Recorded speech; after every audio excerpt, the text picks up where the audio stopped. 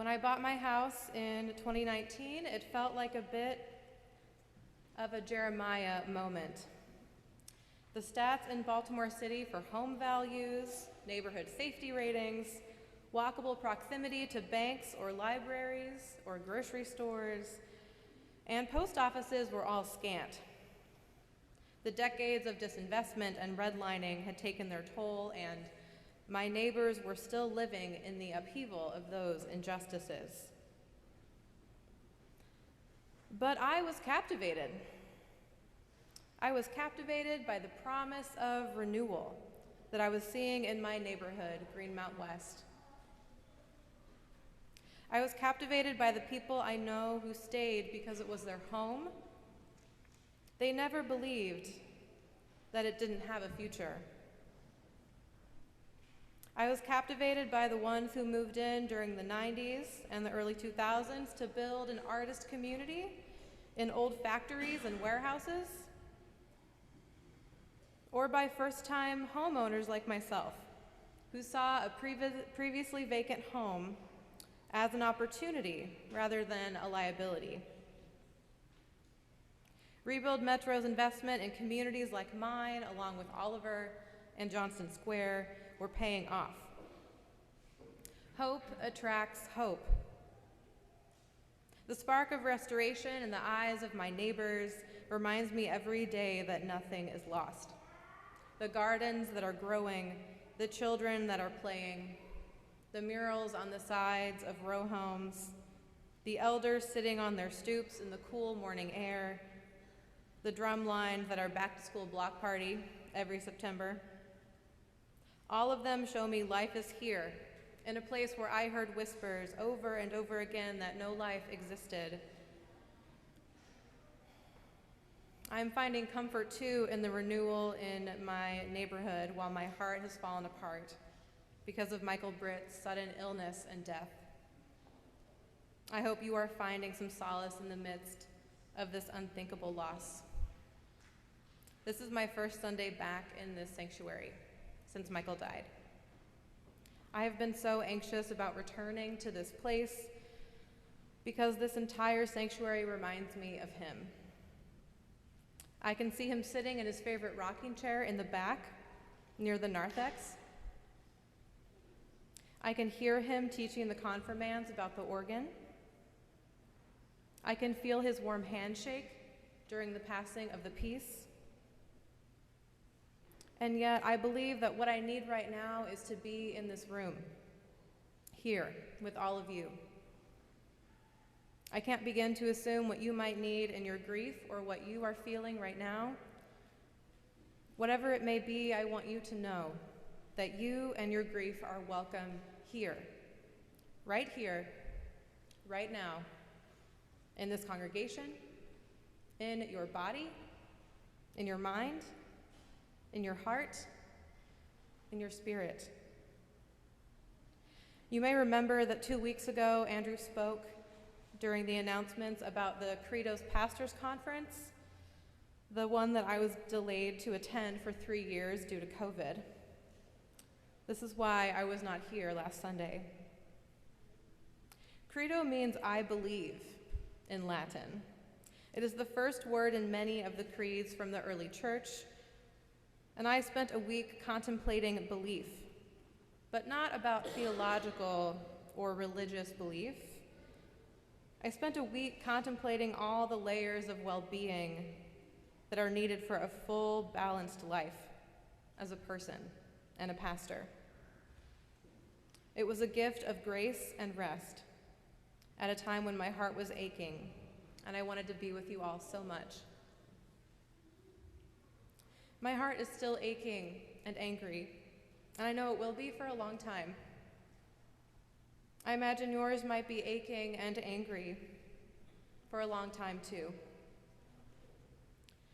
I wrote a set of personal belief statements that week that covered everything from spiritual to financial well-being. And each of us on this retreat, all 16 pastors from around the country, shared those beliefs with one another, took communion, and received the stole that I'm wearing right now today. It was a holy week and a holy time. And then I turned to Jeremiah 32, and I felt like I was living in a besieged city myself, making promises to myself for a future I could not see or experience yet. He bought a piece of land while imprisoned by his own king for prophesying something the king did not like. Then the Babylonian army attacks his city. And he dared to say that the city and the land would flourish again, rather than fall into despair. I wouldn't go so far to say that our country and city are besieged like this, but I certainly do relate to Jeremiah.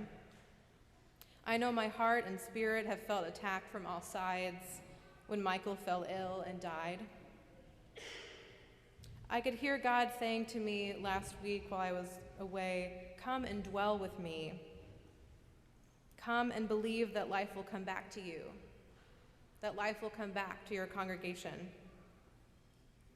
I was resistant and skeptical. How could I write a rule of life in the midst of shock and grief and anger? How can we live out our communal values in the midst of Michael's death? I came to understand then, like I understand this morning, that we must live the questions now, as Rilke writes so well. A way of life is aspirational, not unattainable. A way of life is hopeful and defiant. A way of life shows us what we will proclaim and commit to boldly without compromise, even when we feel vulnerable or uncertain. None of us can bring Michael back, as much as we want to do that. But I believe that we can honor his life by living our lives with purpose, with kindness, and with deep hope. Now, I want to bring a little of my Credo retreat back to you this morning. In the pew in front of you, you will find a prayer card. And if there are not enough prayer cards and pens, there is a section with blank pages in your bulletin. If you are at home on Zoom, please use this time to find a paper and pen. I'd like you to write down 4 categories: spirit, finance, heart, and body.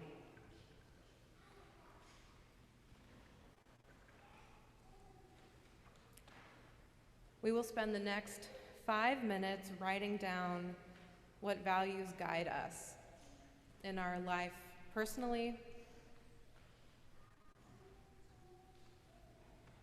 There are no right or wrong answers here. You won't be showing this to anyone unless you want to.